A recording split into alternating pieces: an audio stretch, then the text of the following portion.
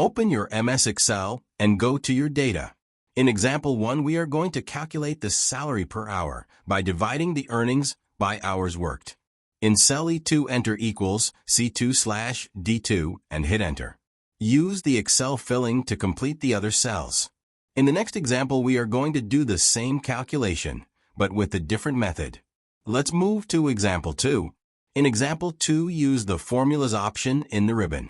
Go to the function library and select the option Math and Trig. Scroll down until you find the option Quotient. Now in the function arguments, enter the numerator and denominator. Numerator will be C2 and the denominator will be D2.